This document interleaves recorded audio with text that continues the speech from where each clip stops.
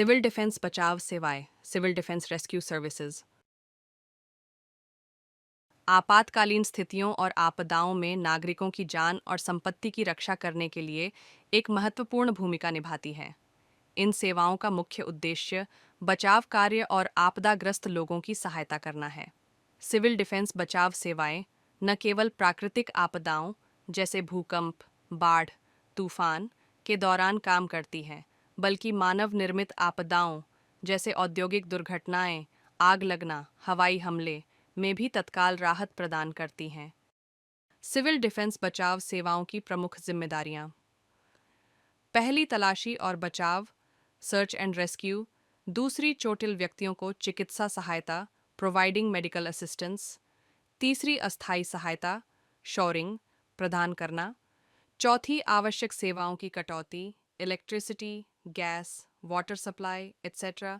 पांचवी, मृत शरीर की recovery, recovery of dead bodies. तलाशी और बचाव, सर्च एंड रेस्क्यू। ये सेवा आपातकालीन स्थिति में मलबे या अन्य खतरनाक स्थानों से लोगों को ढूंढने और निकालने का कार्य करती है। विशेषकर भूकंप, भूस्खलन, बाढ़, आतंकवादी हमलों या किसी बड़ी दुर्घटना के बाद लोगों को मलबे से निकालने के लिए प्रशिक्षित बचाव दल तैनात किया जाता है। मलबे में दबे हुए लोगों को सुरक्षित निकालने के लिए त्वरित कार्रवाई। स्थानीय रूप से उपलब्ध उपकरणों का अनुप्रयोग। चोटिल व्यक्तियों को चिकित्सा सहायता, providing medical assistance. Civil defence बचाव सेवाएं घायल और चोटिल व्यक्तियों को प्राथमिक चिकित्सा प्रदान करती हैं और उन्हें अस्पतालों तक पहुंचाने का काम करती हैं। इस दौरान फर्स्ट एड और आपातकालीन परिवहन सेवाएं प्रदान की जाती हैं। चोटों का इलाज और आपातकालीन चिकित्सा सहायता प्रदान करना। एम्बुलेंस और चिकित्सा टीमों द्वारा घायलों को अस्पताल भेजना। अस्थायी सहायता, शोरिंग, प्रदान करना।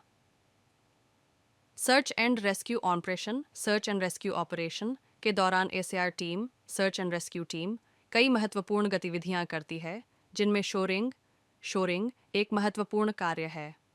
शोरिंग का मतलब होता है उन संरचनाओं को टेकबंदी या मजबूत करना जो आपदा के दौरान कमजोर हो गई हों, ताकि वे गिरने या टूटने से बच सकें और बचाव कार्य आसानी से किया जा सके।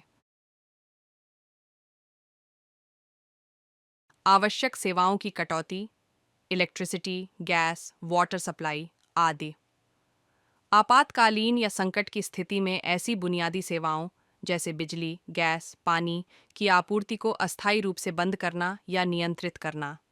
यह कदम तब उठाया जाता है जब इन सेवाओं के उपयोग से सुरक्षा खतरे, विस्फोट का जोखिम या बचाव कार्यों में रुकावट हो सकती है, या जब संसाधनों का सही तरीके से वितरण सुनिश्चित करना आवश्यक हो। मृत शरीर की recovery, recovery of dead bodies एक संवेदनशील और महत्वपूर्ण कार्य है जो आपातकालीन या आपदा की स्थितियों में किया जाता है।